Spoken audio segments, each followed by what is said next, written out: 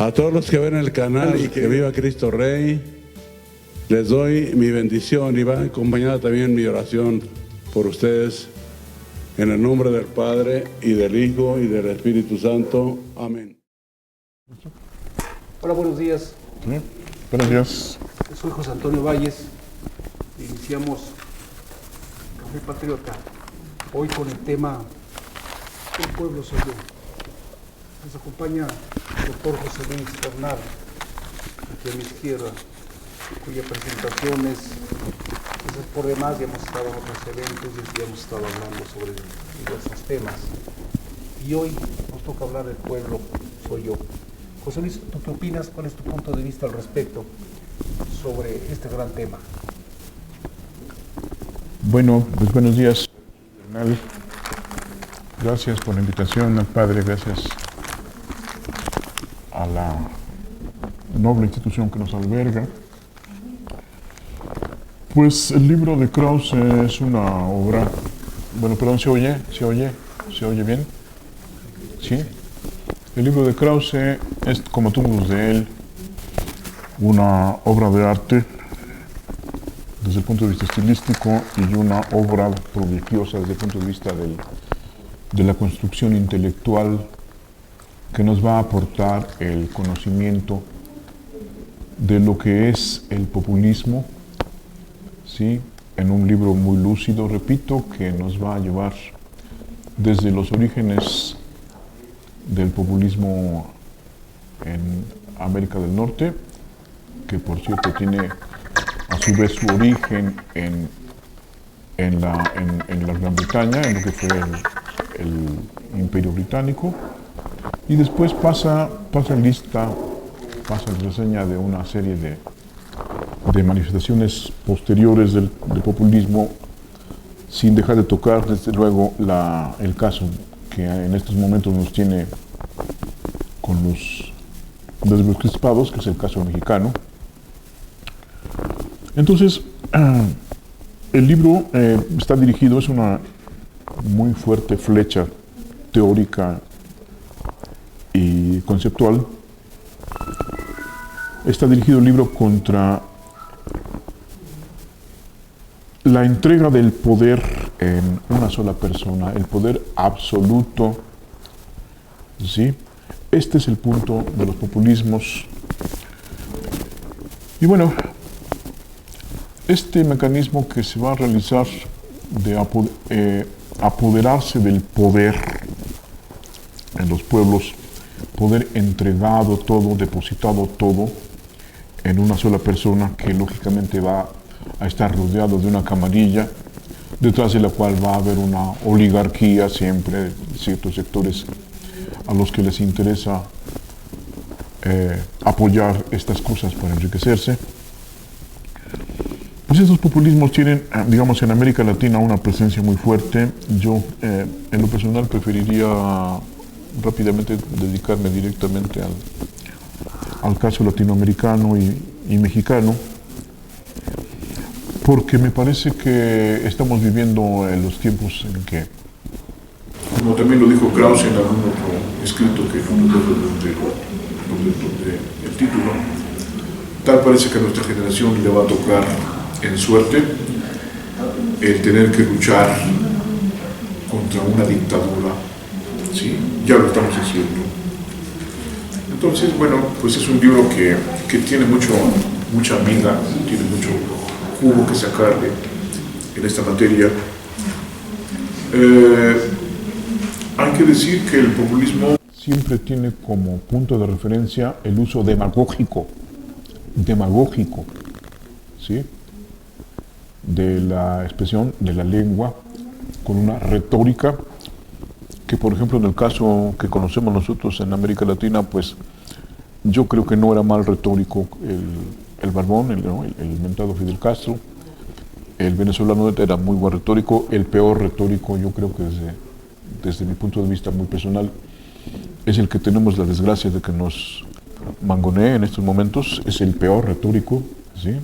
Es lento, es el ignorante, es el que no sabe nada, es el que inventa, y es sin embargo el que se apodera de la palabra, como dice Krause, que se apoderan los dictadores de las palabras. Entonces, una de las cosas más interesantes del libro es la presentación del decálogo populista, en donde vemos rápidamente expresados que, por ejemplo, en primer lugar, el populismo exalta al líder carismático. ¿Quién no ha conocido en el mundo moderno un líder carismático? Tenemos al tal Ben Laden, que a la americana le dicen Bin, ¿no? Ben Laden porque es de la ciudad de Leiden, en algún lugar del mundo árabe, que era un líder, evidentemente era un líder carismático, con carisma, es decir, de superioridad, de sabiduría, de tener en las manos los pelos de la burra para poder dirigir demagógicamente, ¿sí? Demagogo es el líder, ¿sí? Es el dirigente del pueblo, y entonces se convierten estos líderes demagógicos en los jefes de movimientos que pretendidamente siempre van a llevar a un fin positivo para esos pueblos y los llevan a la ruina. El número 2 del decálogo del populismo sería que el populista no solo usa, sino abusa de la palabra, se apodera de la palabra. El populista se siente el intérprete supremo de la verdad y tiende a hacer de esa verdad la verdad absoluta, y como se apodera de la palabra, pues tiene allí prácticamente en las mañanas la mañanera, o aló presidente, o las alocuciones del cubano Fidel Castro, que hablaba por horas y horas y horas y horas y horas y horas, y tenía a la gente así, ¿no? En la lela. Entonces ese apoderamiento de la palabra va a ser una de las características principales. Dice Krause que en la fase moderna la revolución marxista, que por cierto yo creo que ya lo expresé en algún otro momento aquí en este foro, en este mismo foro, la revolución marxista que pretendía construir una nueva humanidad, ¿sí? El hombre nuevo, y así se nos decía en las universidades, ¿sí? En las aulas universitarias, y pues era en las aulas universitarias de todo el mundo, porque todo el mundo fue, digamos, influido, no solamente a nivel de las cátedras, sino a nivel de obras y obras y obras, de tantas corrientes marxistas que hubo posteriormente a Marx y a Engels. Y esta revolución marxista pues fue la que se puede considerar como la madre justamente del populismo moderno, junto con digamos Lenin dentro de la izquierda, él dirigiendo en la URSS esta revolución marxista de izquierda pretendidamente, y en su contraparte pues estaría en Franco, en la derecha, o sea en lo que fue el fascismo, pues tendríamos nada menos que a Schmitt, ¿sí? Que fue el teórico del fascismo alemán, que desde luego, bueno, pues tiene como antecedente, el fascismo alemán tiene el antecedente desde el año 36 al generalísimo por la gracia de Dios, ¿no?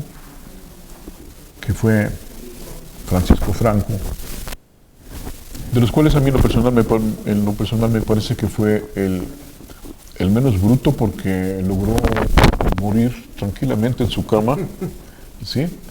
Mientras que a Mussolini le fue como en feria, ahorcado, fusilado junto con la mujer. Hitler suicidado, por lo menos creo que esa es la... Mussolini lo colgaron, mataron. Mussolini, ¿cómo le fue? Pues lo fusilaron y lo colgaron. Un castigo terrible, digo, ya muerto, ¿para qué lo vuelven a matar, no? En venganza nada más. José Luis, ¿tú consideras que la democracia en América Latina ha tenido algún significado progresista en la gente? Con el sistema democrático. La democracia, ¿consideras que la democracia ha tenido... latinoamericana? Sí, sí, unos comienzos muy, muy valientes, unos comienzos débiles, temerosos. De alguna manera yo considero que el PRI, pues fue un intento, ¿no? Fue un intento. El problema con el caso mexicano es que somos una nación que pasó prácticamente de la teocracia, o sea, un gobierno teocrático de sacerdotes, ofuscadores de libertades, carnívoros, ¿sí? En donde no se podía hablar en ese momento de ninguna democracia, porque era, pues, técnicamente era una teocracia militar, militarista, imperialista a nivel local. Y de allí pasamos a 3 siglos de colonia después de una guerra heroica, que bueno, es una guerra finalmente destruye y también construye, ¿no? A posteriori. Y entonces esos 3 siglos de colonia pues no podían ser tampoco democráticos, porque estábamos hablando del siglo XVI, el siglo XV, XVI, XVII, XVIII, que es el siglo, digamos, es un periodo de monarquías en Europa. Entonces ese pensamiento monárquico es impositivo, es vertical, tiene estructuras sólidas, todavía con mucha relación con el mundo feudal, ¿sí? Aquí no hubo realmente un renacimiento más que en el arte, ¿no? Permítanme decirlo coloquialmente, a medios chiles, porque sí hay una influencia importante del Renacimiento, pero sobre todo dicen los teóricos que nuestro Renacimiento es el barroco, que es excesivamente, digamos, fideísta, represivo, como tenía que ser en ese momento la estructura eclesiástica, porque la Iglesia venía de una contrarreforma religiosa para evadir los efectos que fueron culturalmente importantes, pero también excesivos de la reforma protestante. Entonces allí tampoco hay democracia, son tiempos duros, interiorizados, mucha espiritualidad, sí, pero también muy poca posibilidad de ser libres, ¿no? No hay una libertad, no somos una patria, somos una colonia. Entonces, cuando llega el siglo XIX, entra por primera vez el liberalismo, allí comienza un poquito, yo diría, un espíritu democrático, por lo menos una barnizada de pensamiento democrático, que queda expresado muy bien, pues yo diría desde Morelos, ¿no? Los sentimientos a la nación, este espíritu el propósito, americanista, ¿no? Este espíritu mexicano y americanista, ¿no? El propósito de Café Patriota es integrarnos en los comentarios de algunos autores, de algunos textos literarios que den sustento a justo lo que estamos viviendo hoy. Es decir, es una narración histórica de muchos eventos que a partir de la historia universal se ha notado cómo hemos llegado a constituir la sociedad que actualmente vivimos. Claro, aprovechada por algunos ventajosos que, dándose cuenta de lo frágil que es una democracia, es decir, del poder del pueblo, en los cuales, justo como los menciona el doctor José Luis, pues se han visto manoseados, intervenidos por diversas corrientes que hacen finalmente de esto un populismo. La democracia en ese sentido es frágil. Es importante que la gente vote por una determinada idea o ideología, y también es importante ser amigo de quien cuenta los votos. Y en ese sentido el poder siempre ha sido más amigo de quien cuenta los votos que de que la gente esté a favor o en contra de una determinada idea, en donde no se da la discusión precisamente entre ideas, sino entre personas.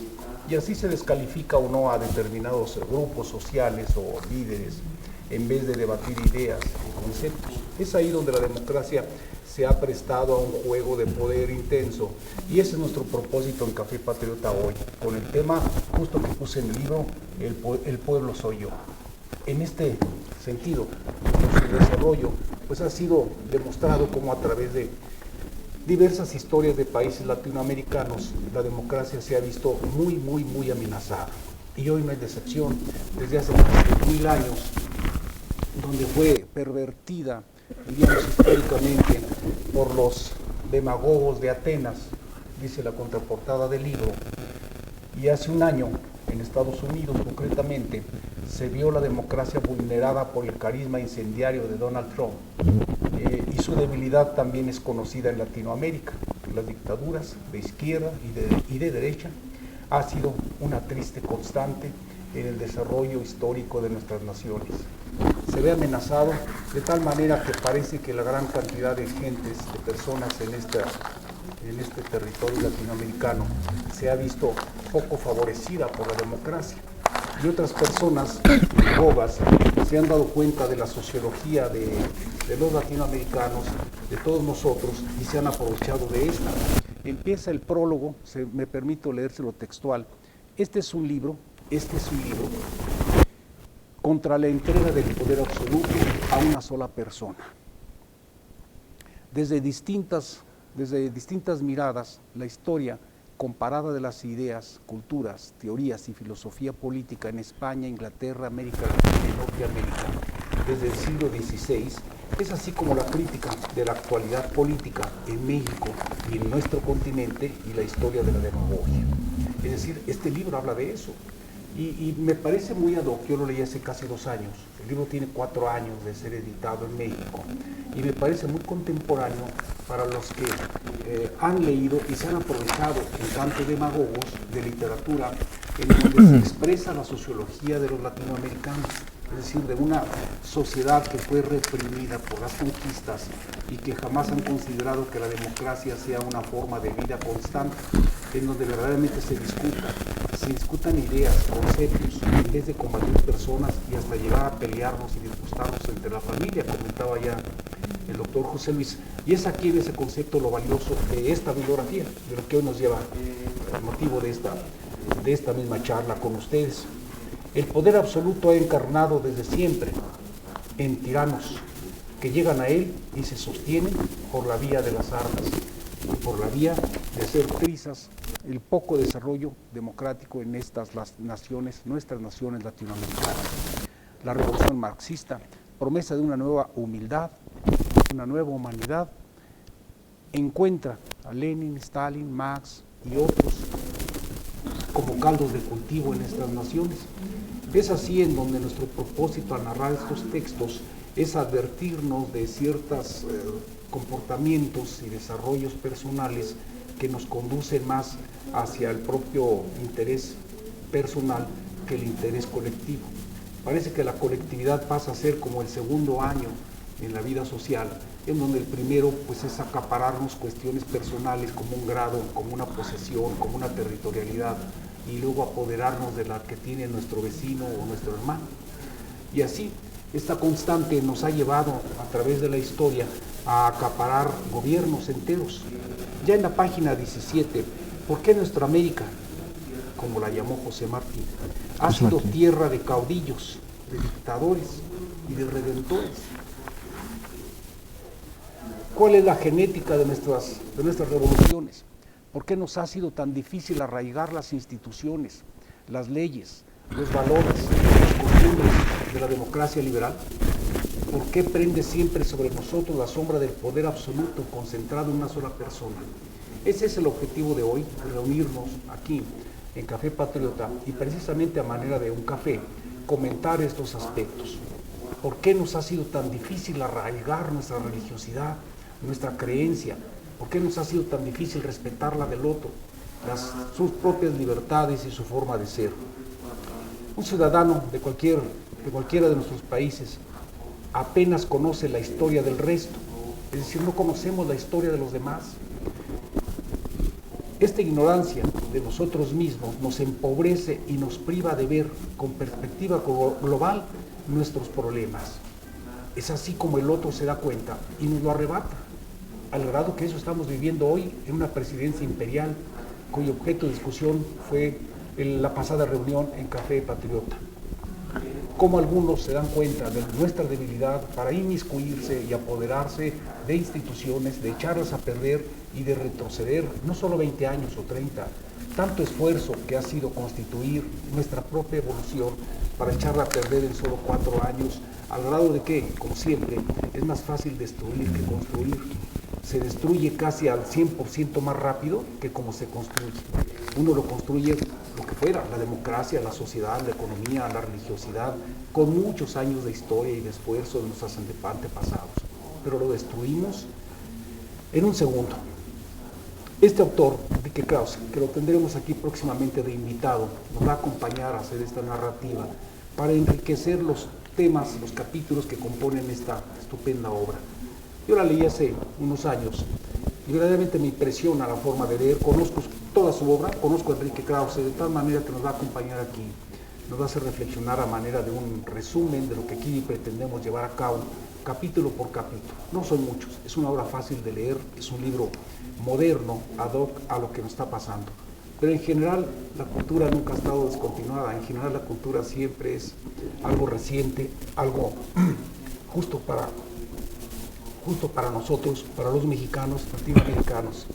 En 1982, un autor de apellido Morse publicó una pequeña obra maestra, El espejo de Próspero. El espejo de Próspero. Era un ensayo sobre la prehistoria de las ideas políticas de Iberoamérica y Angloamérica.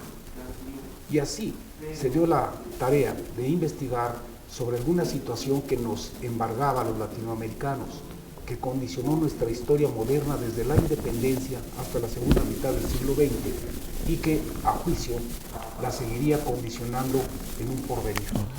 Es así como José Luis, estimado amigo, colaborador de Café Patriota, nos ha apoyado siempre en ese sentido con su analítico criterio, con su profunda reflexión al respecto, en donde siempre es valioso un punto de vista de personas cultas. El pueblo soy yo es el libro en cuestión hoy, en discusión. El pueblo soy yo es un libro de ensayo, de historia y de críticas. No es un tratado, no es un sistema, no es una obra unitaria, sino una forma de cómo ver en un aspecto contemporáneo lo que nos sucede en México. ¿Te parece, José Luis, una obra adecuada para nuestro contexto? El pueblo soy yo hoy. ¿Te parece una obra ad hoc? Es una obra ad hoc, como todas las que escribe Enrique Krause, como las películas también de nuestro Damián Alcázar, ¿se llama? Damián Alcázar, sí. Alcázar, sí.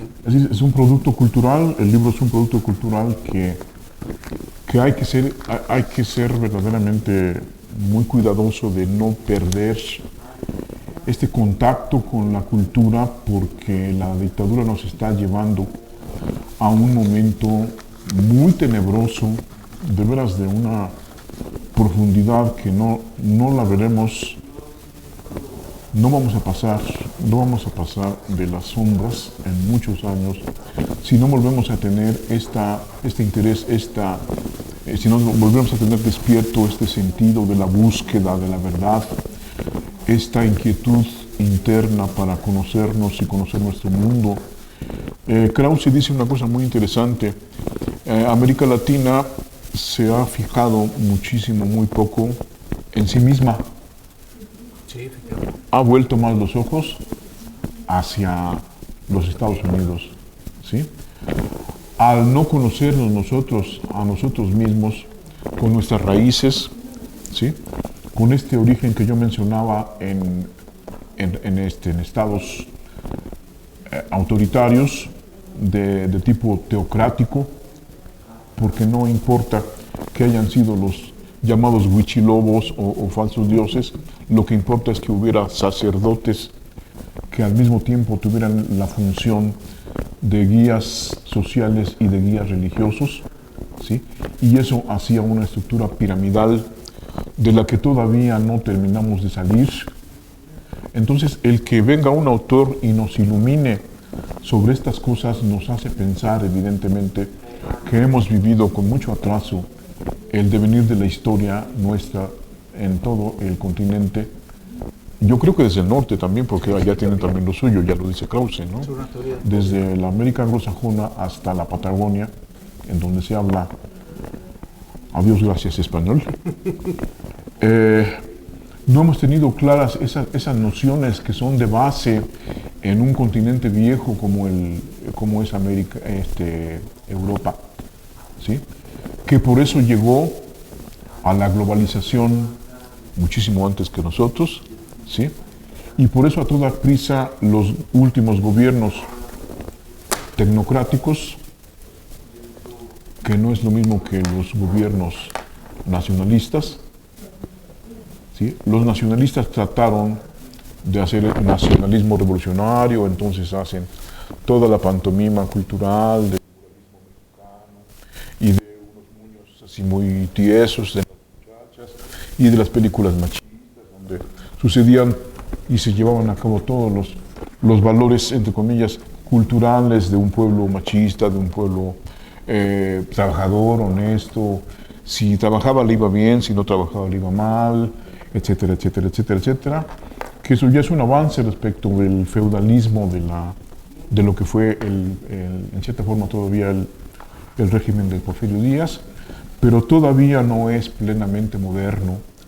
Entonces, los gobiernos revolucionarios, también son palabras de Krause en el libro anterior, pues llevan a esa institucionalidad y conducen a una idea de democracia, pero manipulada, de manera que le van a estar al pueblo escatimando los votos, ¿sí?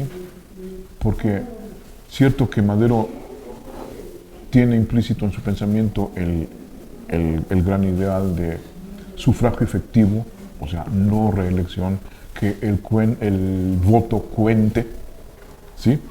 Pero finalmente ese mecanismo de que el voto cuente, pues sigue siendo todavía válido hasta ahorita, hasta cierto punto gracias al INE, pero ya se acabó el INE, y nos puede pasar ya muy pronto lo que pasaba en Venezuela, ¿sí? Y todas estas cosas son cultura, ¿sí? Hay que estar atentos a que no nos pase, ojalá no nos pase, Dios quiera, Dios quiera, Dios quiera. Dice hace muy poco tiempo, decía una representante de la izquierda venezolana, los venezolanos votan, pero no eligen, ¿sí? Y eso es lo que están ahorita tratando a toda costa nuestros nuevos dictadores populistas, ¿sí? Entonces, mucho cuidado porque se necesita leer, se necesita informarse, analizar, se necesita avanzar mentalmente. Si se me permite, yo quiero apartarme un poquitito del guión del programa. Hay una película que se llama, una película norteamericana reciente, tan reciente que implica a una familia mexicana, una de cuyas hijas se llama Vanessa Guillén, y esta muchacha, Vanessa Guillén, muy buena deportista y óptima candidata a la vida militar, entra en un campo militar en los Estados Unidos, creo que en Texas, y allí empieza casi de inmediato a ser acusada por un par de acusadores, blanco uno y el otro negro. Al final de la historia, a la parte media de la historia, el negro la mata, ¿sí? La mata. Era uno de sus instructores de armas. Y entonces, ¿a qué voy? A que la familia de esta muchacha, que ya estaba prometida y se iban a casar y todo el rollo, esta familia hace una lucha verdaderamente heroica durante 10 años o más, algo así, enfrentándose al Senado de los Estados Unidos, hasta que evidentemente su tenacidad y la buena suerte, la gracia de Dios que les permite no ser asesinadas, porque de buena fuente se sabe que a los que se atreven a criticar a una institución estilo el ejército norteamericano se les mata para defender lo impoluto y la perfección, entrecomillada, de las instituciones norteamericanas. Entonces ellas salen ilesas de esas, aunque pierda la vida la muchacha, que la destazan, la hacen pedacitos y la ponen en varios lugares. Y después de eso, ellos pasan por 2 presidentes de la República, presentan el caso ante Donald Trump, que arrogante y racistamente les da cita y ellas hablan con él y les da 5 minutos de conversación y les dice que sí, que ya va a trabajar en ello. Y así se queda todo el final hasta el periodo de Trump, que ya después no se reelige, viene el actual presidente de los Estados Unidos, y les da luz verde, y entonces poco después aparece ya una luz en el camino porque se aprueba una ley que desde el Senado, ¿sí?, está atendiendo a la mayor atención que se pueda poner a evitar este tipo de cosas terribles, espantosas, asesinatos, violaciones, abusos, en una institución como el Ejército Norteamericano. Con lo cual, digo por último esto. Para conseguir solamente 1 miligramo de avance en la evolución de las leyes, se pueden llevar años. Para que cambie la conciencia de las personas, se pueden llevar muchísimos años más. Si aquí estamos cayendo en un abismo que nos está llevando al infierno, a lo último, a lo más ínfimo, a los campos de exterminio, los qué sé yo, ¿no? Ya hay campos de la Guardia Nacional en todo el país. No ha de ser para tratar bien a los disidentes, ¿verdad? Entonces imagínense cuánto tiempo vamos a llevarnos como sociedad, como país, como pueblo unido, que deberíamos ser para salir de esto, ¿sí? Primero, estamos viendo cómo se van a las leyes. Para volver las leyes, para volver a poner las leyes en donde estaban, en una buena constitución que era ejemplar en América Latina, una constitución liberal, una constitución democrática, volvemos al hecho de que sí había, por lo menos en el papel, ¿sí? Y luego el espíritu de la ley no se defendía, porque lógicamente no hemos aprendido a ser democráticos, ¿sí? La democracia no ha entrado en la cabeza de los mexicanos. En el 2000 se pensó que la alternancia iba a ser ya un hecho democrático. Pues ya vimos que no. ¿Sí? Y hoy que en México se perfila el criterio del Mesías tropical, hoy donde sin cambiar una coma, porque ni una coma ha cambiado, él de su actitud redentora, él mismo se ha definido como el Salvador de México. Justo en el concepto que esperábamos que la democracia fuera la que hiciera justicia social, no se ha demostrado, al menos no se ha llevado a la práctica en nuestro continente latinoamericano que esto sea una prueba. De ahí que defenderla, y muchas personas les da igual, porque si de por sí solo votan, no eligen, esto no permite pues crear una alternancia más racional sobre esto, con un Salvador que se cree el Salvador de México, que habiendo llegado gracias a esta democracia, buscará corroer su tronco desde dentro, dominando las instituciones, desvirtuando las leyes y acotando las libertades de una democracia que lo llevó al poder donde ahora se encuentra y en el que éste reniega de aquel, siendo que éste lo puso en el poder. La democracia se ve amenazada por la demagogia. La demagogia es, en sentido figurado, la tumba de la democracia. De ahí lo peligroso de la demagogia, es pues la tumba de la democracia. Ya en el texto, el poder personal absoluto está encarnado en 4 palabras, menciona el autor, que juntas deberían ser impronunciables. El pueblo soy yo. Continúa ya en el primer capítulo del texto, continúa en la anatomía del poder en América Latina, en donde destaca su decálogo sobre este tipo de ejercicio. Por un tiempo, algunas personas vieron a México como la proyección de sus propias utopías sociales, narrada muy bien por nuestro compañero José Luis, en donde éramos el ejemplo en Latinoamérica, el ejemplo a seguir en la utopía que ellos esperaban. Todos sintieron la beatitud de un México próspero en los años de la economía del milagro mexicano, en donde estas apenas iban resurgiendo en esos países.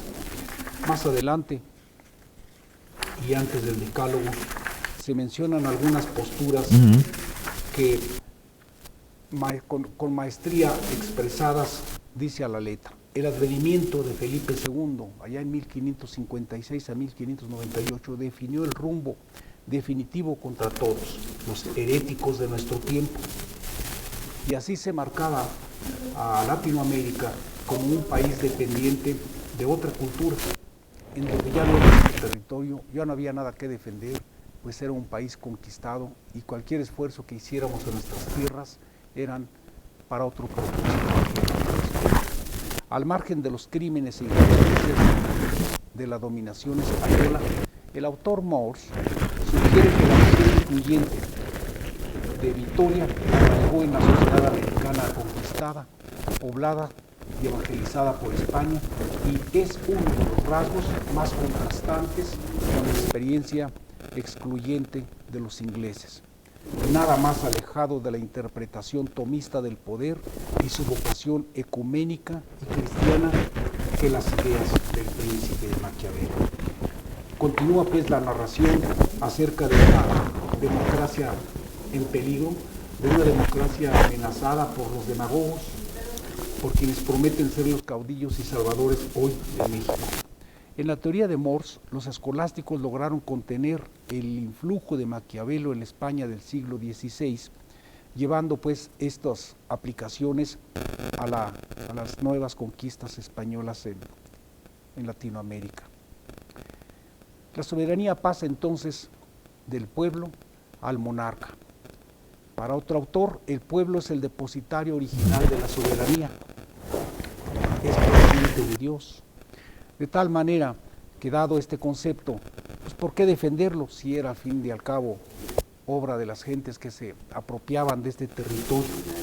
Con las guerras de independencia, el gran edificio hecho para durar se derrumbó, porque tácitamente Morse concuerda con el historiador sobre la conquista o sobre un pueblo conquistado, en donde decían: ¿para qué defender a México si nunca ha sido nuestro? ¿Para qué defender a Línez si la democracia nunca me ha hecho justicia? Otras personas formadas para votar, no para elegir, decían: ¿cómo no voy a elegir al Mesías si me da más gasto que mi marido? Este autor Morse dice: nuestros países buscaron cimentar una nueva estabilidad adoptando diversas variantes del compromiso entre tomismo y maquiavelismo, revestidas a veces de un barniz de constitucionalismo lockeano. El primer modo de estabilidad se centró en un líder carismático, dotado de un proyecto personal que simbólica o aparentemente lo trasciende. La Federación Andina de Simón Bolívar fue el primer ejemplo. La segunda vía se apegó al patrimonialismo, legitimidad tradicional, estudiada por Max Weber, y el tomismo. No se trataba, por supuesto, de reinstaurar la monarquía absoluta de los Habsburgo, ni de aplicar literalmente la doctrina de Francisco Suárez. Se trataba de crear un orden nuevo, inspirado en aquel paradigma que había demostrado su eficacia a lo largo de 3 siglos, pero en otras naciones. Es así como, sin duda, el ejemplo más acabado de aplicación del modelo tradicional o tomista del siglo XX fue el de México, en el cual Morse notó la similitud de la Constitución y de sus artículos, me refiero a la Constitución de 1917, con las leyes de Indias y otros trasuntos de orden natural. La detección de estos rasgos del Estado patrimonialista español en el Estado revolucionario mexicano, aunado al carácter misionero de la cruzada cultural de Vasconcelos, el liderazgo místico de Madero, apóstol y mártir, impresionó vivamente, por ejemplo, a Octavio Paz y a otros, y así el tercer modo de estabilidad corresponde a la legitimidad racional de Weber, regido por una burocracia competente y el respeto público a estatutos legales. Así avanzamos en diferentes países latinoamericanos hasta llegar al liberalismo clásico inglés, donde había sido siempre exógeno, extraño, pertenecía a las otras ramas del occidente americano, otro lado del mundo. Se importó en fórmulas, pero no pudo arraigarse en nuestro contexto por falta de una sociedad o un clima liberal que nos sustentara con mucho mayor empeño. Este punto es central en la diferencia entre las dos Américas. En Estados Unidos, Morse reconocía la interacción fructífera entre el liberalismo y la democracia. En Iberoamérica no se había dado esa atención por el escaso arraigo social del liberalismo que, según Morse, operaba como mera ideología en las élites nacionales aliadas al mercado mundial.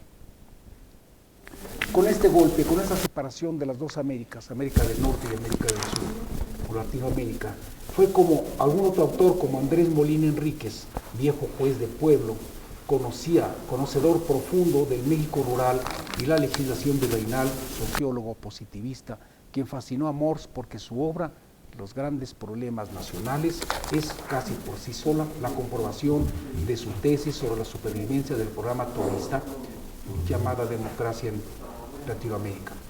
¿Acaso por la densidad de su pasado y presente indígena, mayor que el de México o Perú, el otro gran virreinato produjo un pensador distinto a Molina Enríquez en esos lugares? Iberoamérica no podía cambiar su naturaleza histórica. La ideología liberal, democrática y marxista no tocaban el núcleo de las creencias y las costumbres.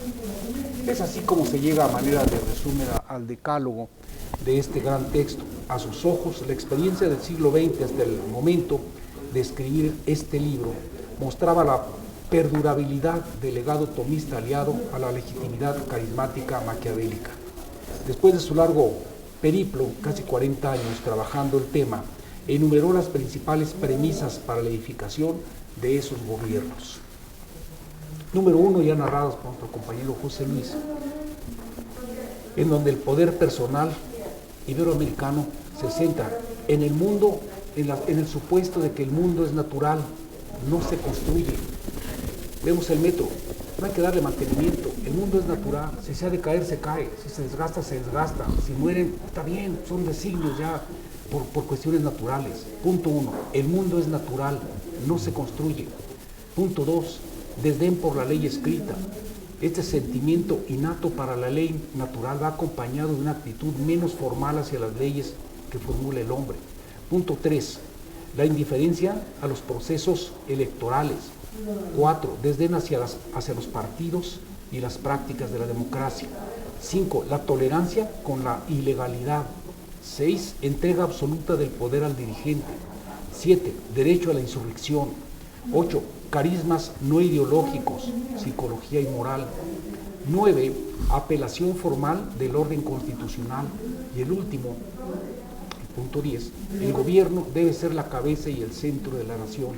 No es una prescripción para la tiranía, es un diseño de hondas raíces históricas dotadas de una racionalidad ética y social inspirada en un concepto cristiano del Estado, como dador y organizador del bien común.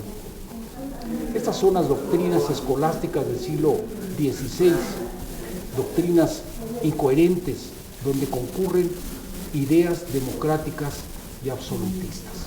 Es el caso del texto en comento. ¿Tú qué opinas, José Luis? ¿Cuál es tu punto de vista al respecto de las 10 reglas narradas por el autor? Pues que son esto, ¿no? Que estamos viendo precisamente porque el líder carismático que tiene el Mesías, que tiene la osadía de ser el Mesías, pues tiene todo para apropiarse justamente de esto, ¿no?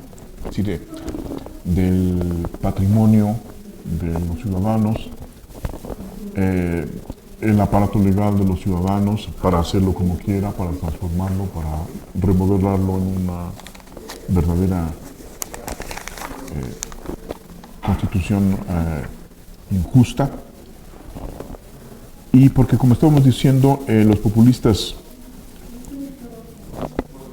pueden disponer de todo. O sea, yo soy el pueblo, dice Hugo Chávez, ¿no? Sí, efectivamente. ¿Sí? Ya no me pertenezco. Yo no me pertenezco al pueblo de Venezuela. Y así lo repitió. Sí. Y acá pues dice también lo mismo, ¿sí?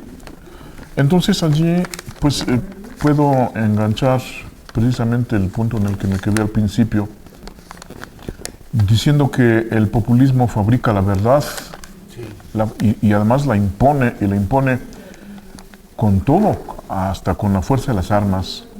Además, el populista, en su variante latinoamericana, utiliza de modo discrecional los fondos públicos. Vean que en Cuba los fondos públicos fueron manejados en vano, totalmente de manera inútil, elefantes blancos al estilo de Dos Bocas, porque les prometió Fidel Castro a los cubanos que iba a establecer allí una termoeléctrica, ¿no? Sí. Y allí se quedaron los fierros viejos, como van a quedar los fierros viejos de Dos Bocas. y cómo va a quedar todo lo que ha hecho este individuo que está en el Palacio Nacional. El número 5 en el que voy a seguir dice: el populista en versión latinoamericana, o sea también mexicana, reparte directamente la riqueza nacional, lo cual suena bien, es justamente allí donde engancha a masas ignorantes.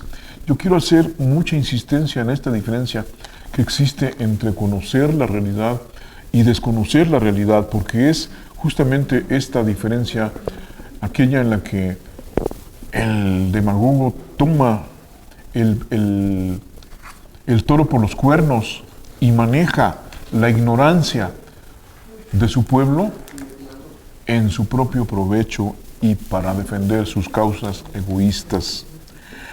No está mal eso de que, bueno, pues regalan dinero. Así me decían a mí antes de la campaña del... Sí, es que dicen que va a regalar dinero. Pues sí, sí está regalando el dinero, pero ¿quién paga las consecuencias de una deuda que ya... Vamos en ¿cuántos? 21, ¿qué? Tantos billones de... Un dineral. Un dineral. Número 6. El populista alienta el odio de clases. Uno que llegó a defender la no existencia de clases, el primero de ellos fue Lenin, de allí que sea el padre del populismo, por lo menos de la izquierda. Era un clasista, finalmente. ¿Sí? Los socialistas en ese momento, comunistas, prácticamente hay poca diferencia, pues decían que tarde o temprano se iba a llegar a la terminación de la sociedad de clases. ¿Quién se los dijo? ¿Cómo lo iban a lograr? ¿Cuál era la libertad en la que todos íbamos a ser iguales? ¿En qué íbamos a ser iguales? Mazzini dice, a ver, Giuseppe Mazzini, del liberalista, ¿no?, el ideólogo de la unificación italiana, a ver, ¿en qué vamos a ser iguales si todos somos desiguales? ¿Cómo se va a pagar al igual? ¿Cómo vas a pagarle igual a una persona que hace 7 kilos de tortillas al día que a un intelectual, prefiero no decir orgánico, a un intelectual al que le das un año para terminar un libro? ¿Sí? Es decir, al final resulta que en los sistemas socialistas o comunistas sí hay iguales, pero hay unos más iguales que los otros. ¿Sí? Pero esas son las mentiras. ¿Sí? Es que bueno, si son los mismos, si somos los mismos, pero no somos iguales. ¿Sí? Esas son las verdades demagógicas. ¿Sí? Que es peor todavía que decir ni me perjudica ni me beneficia, sino todo lo contrario. ¿Sí? En matemáticas hay un concepto que no existe en la aritmética, pero sí de álgebra en adelante, que es el signo igual. Se dice, por ejemplo, que A es igual a B, pero cuando lo lees al revés, que en programación es al revés, resulta que B se le asigna A. O sea que para que haya igualdad, le quitas al otro para dártelo a ti mismo. Y así se vuelve recursivo, se llama contador. Pues, ¿cómo hacemos un contador? Pues asignándole lo de B a A, lo volvemos cíclico y otra vez lo que tenga B se lo das a A y otra vez lo que tengas B se lo das a A. Y según en ese supuesto, pues se vuelve una progresión. Si A vale 0, luego B1, le asignas lo de B a A y entonces A se convierte en 1. Cuando lo vuelve recursivo y otra vez B vale 1, se lo asignas otra vez, que ya tenía 1 y ahora tiene 2. Y así sucesivamente. Suena bien porque es un contador, pero cuando ya se trata de asignar recursos, pues desde luego alguien debió haberlos fabricado antes, tal como regalar dinero y volverse populista porque regalas lo que es de otras personas o lo que otras personas a partir de impuestos pagó al Estado y luego el Estado según hace justicia para dárselos a los que no producen. Así que entonces pues se va reproduciendo la pobreza en esta forma. La distancia con respecto a la cultura de los Estados Unidos no entraña un misterio. La democracia y el liberalismo de sus propias épocas en Latinoamérica y en Estados Unidos ha dado pie a una comparación completamente desigual, en donde el que no tiene lo que tiene el otro lo considera injusticia, porque debiéramos tener todos lo mismo. Por supuesto, nada más que el otro trabajó, como lo acaba de mencionar nuestro amigo José Luis, y la otra persona solamente se hace de lo que el otro fabricó. Alguien debe hacer el capital. Así como en contabilidad, nada es dado, a todo cargo corresponde un abono. Pero si alguien solo quiere el abono o solo el cargo, está en desequilibrio la cuenta fiscal o la cuenta contable. Esto es un fraude. Cuando no cuadran los números, o gastamos más de lo que ganamos, o ganamos más de lo que consumimos. Morse trascendía con su análisis cultural las categorías de la escuela de Frankfurt, y en ese sentido hay una aportación interesante de qué nos conviene mejor. No hay un pensamiento perfecto, todo es criticable, todo es perfectible, de tal manera que nuestra línea de acción va hacia lo que nos corresponda más justo, en el sentido de que te gustaría que te hicieran lo mismo a ti, no viola ninguna ley. En ese sentido, nos podríamos ir como conduciendo hacia lo que más nos convenga. Este autor Morse había llegado al final de su jornada. Podía mostrar a Próspero el espejo de su miseria y la imagen de una sociedad que no había perdido su sentido de encanto. Es aquí donde Próspero es B y se lo asigna a A, y concluye con este journal donde él publica, lo repito, Próspero, se mira Próspero al espejo y mira su miseria, porque todo se lo había asignado a B. B es Próspero, luego se lo transmite a A, vuelve a ser cíclico y otra vez se reparte la pobreza, y cada vez este es menor, porque Próspero dejó de ser próspero. Ya no podía generar más prosperidad para asignársela a A, y la prosperidad en ese sentido iba disminuyendo, como ahora. La economía de México va creciendo, sí, pero respecto al anterior periodo, que fue pérdida. Así que vamos creciendo, pero en la pérdida. Somos cada vez más negativos en ese sentido, porque no progresa la economía, porque la inflación va subiendo, porque los salarios son bajos, porque los escasos empleos son mal remunerados, y así Próspero va disminuyendo. Si nuestra nación es próspera o es próspero en el sentido ahora de justicia social, pues se implica dilapidar lo que ya teníamos para entonces repartírselo a B, que no es próspero, y la prosperidad se disminuye hasta que finalmente muere. Yo he estado en esos países como Cuba, como Venezuela, y en donde la prosperidad hace mucho tiempo desapareció, y ellos ya se acostumbraron a ver a Próspero como la pobreza, el miserable. Ya nacieron generaciones en esa pobreza. En Cuba estuve ahí cuando murió Fidel Castro, y bueno, le escribían en 3 lugares al mismo tiempo, claro, para verlo desde lejos y despedirlo, pero Próspero ya se había muerto. Podríamos concluir diciendo que el espejo de Próspero, con sensaciones encontradas, creo le pertenece a esa noble genealogía peregrina de Waldo Frank. Próspero había muerto. La prosperidad de una nación muere cuando se hace como una asignación B es igual a A.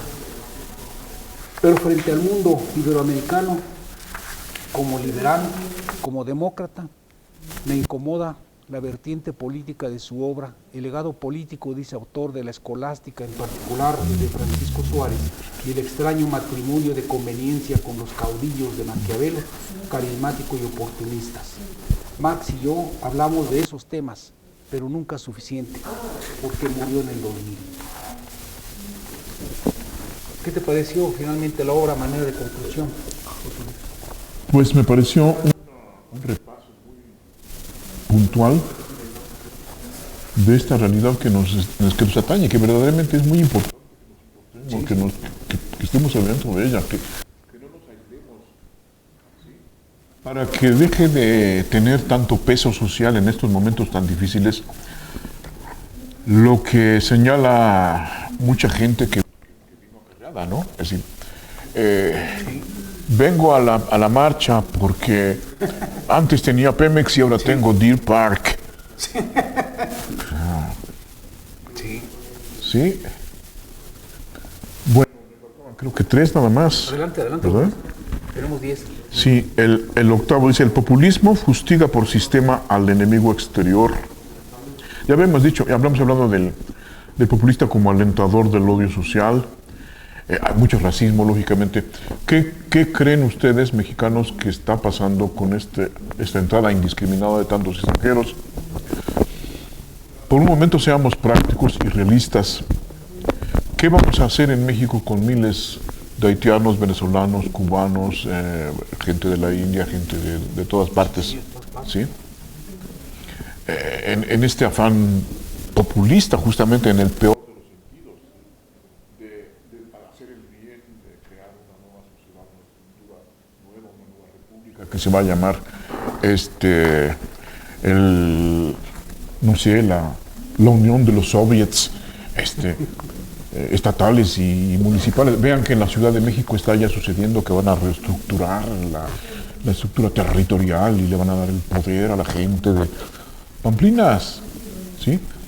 En el fondo los populistas tienen un ego. Aquí sería importante que un día nos acompañara un psicoanalista para que viéramos el tamaño del egocentrismo, del narcisismo, de esa autocomplacencia intemperante, de la mentalidad de los caudillos, ¿sí? También se llama caudillismo.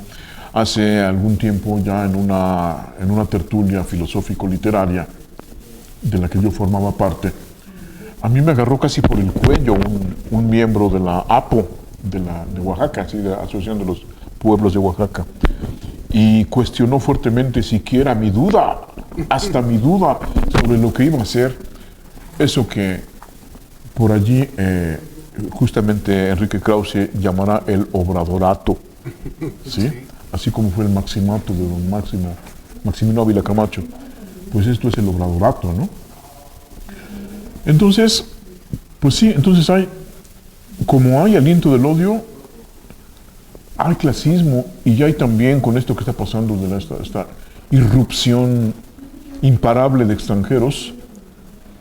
En primer lugar, mucha miseria también para ellos, violencia, ¿sí? Sí, violaciones, xenofobia, y todo eso se lo estamos debiendo a esto y a estos, ¿sí? Bueno, el populismo desprecia el orden legal.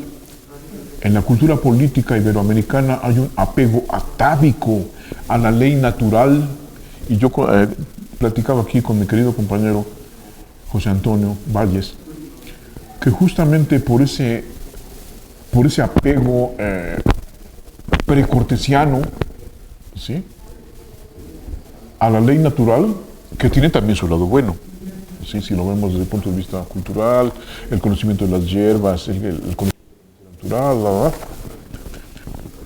Pero la ley natural puede ser también los usos y costumbres, y los usos y costumbres en todas partes se han criticado fuertemente. En el PAN, Diego Fernández Ceballos, con mucho fundamento, ¿sí? Sí, también.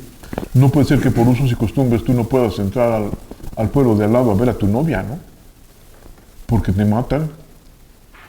Sí. Por usos y costumbres, como no se aplica al Estado de Derecho en Morelos, vean que yo vengo desde allá y que conozco ya el entorno y un poco el ambiente hasta político, y entonces de pronto en los pueblitos están anunciados, ¿sí?, los posibles ladrones, de que cuidado, porque si se les cae con las manos en las masas, se les ejecuta. Eso no puede ser un orden y costumbre de los que dice el actual mandamás, que bueno, que él respeta, que es una pluralidad, ¿sí?, es parte de la riqueza, o sea, Pamplinas. No podemos ser modernos, no podemos tener un acercamiento hermanado de iguales a iguales entre los mexicanos y los europeos, que tienen tratados de libre comercio, que han creado una Unión Europea, etcétera, etcétera, en la cual también hay problemas. Yo no digo que los tratados de libre comercio sean la panacea, pero eso es otro punto. Sí, la cosa es que es mejor ser civilizados, claro, siempre, de derecho, respetar las leyes, y por lo tanto también cuestionar con dignidad y con respeto, pero también con apertura hacia el mal uso de los usos y costumbres, y cuestionar también que en el número 10, dice nuestro autor, el populismo domina y en último término domestica o cancela las instituciones y libertades de la democracia, que en México nos ha costado ¿Cuántos siglos de sangre derramada? Derramada. ¿Cuánta sangre derramada? Y si el siglo XIX estuvo fuerte en guerras civiles, en alzamientos, en dos invasiones extranjeras que desangraron al país, la segunda de ellas nos hizo perder más de la mitad de nuestro territorio, pues todo esto ha sido hecho por populistas. Sí. Santa Ana, ¿qué fue? Pues fue otro populista. Porfirio Díaz, ¿qué fue? A su manera fue un populista, ¿sí? Pero el populismo abomina de los límites a su poder, los considera aristocráticos, ¿cómo es posible? ¿Sí? Los considera oligárquicos, contrarios a la voluntad popular. Pero acuérdense que la voluntad popular, como yo soy el pueblo, es la voluntad del demagogo, del autócrata, del superautoritario, del dictador. ¿Sí? Entonces yo creo que lo que hemos dicho aquí a grandes rasgos, y quizás con algunos momentos de no conexión perfecta, pero lo hemos dicho con espíritu de verdad, siguiendo muy de cerca El texto. sabias palabras de Enrique Krause. Muy bien, José Luis, como siempre es un gusto escucharte, es un gusto Igualmente. leerte cuando escribes tus artículos. Yo los vuelvo a releer y les entiendo más cosas cada vez que los leo. Y me parece que así es la vida. Cada vez que estudiamos nos da la oportunidad de vivirla 2 o 3 veces en maneras distintas. Y hoy que concluimos la primera introducción del Pueblo Soy Yo, no nos queda más que agradecerle su atención, su reflexión al respecto.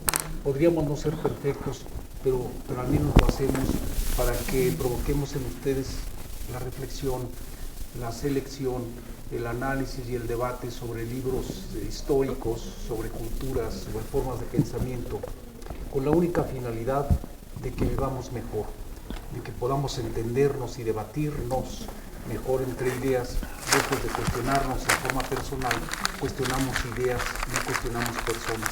Es respetable los puntos de vista de todos y en ese sentido, viva Cristo. Muchas gracias.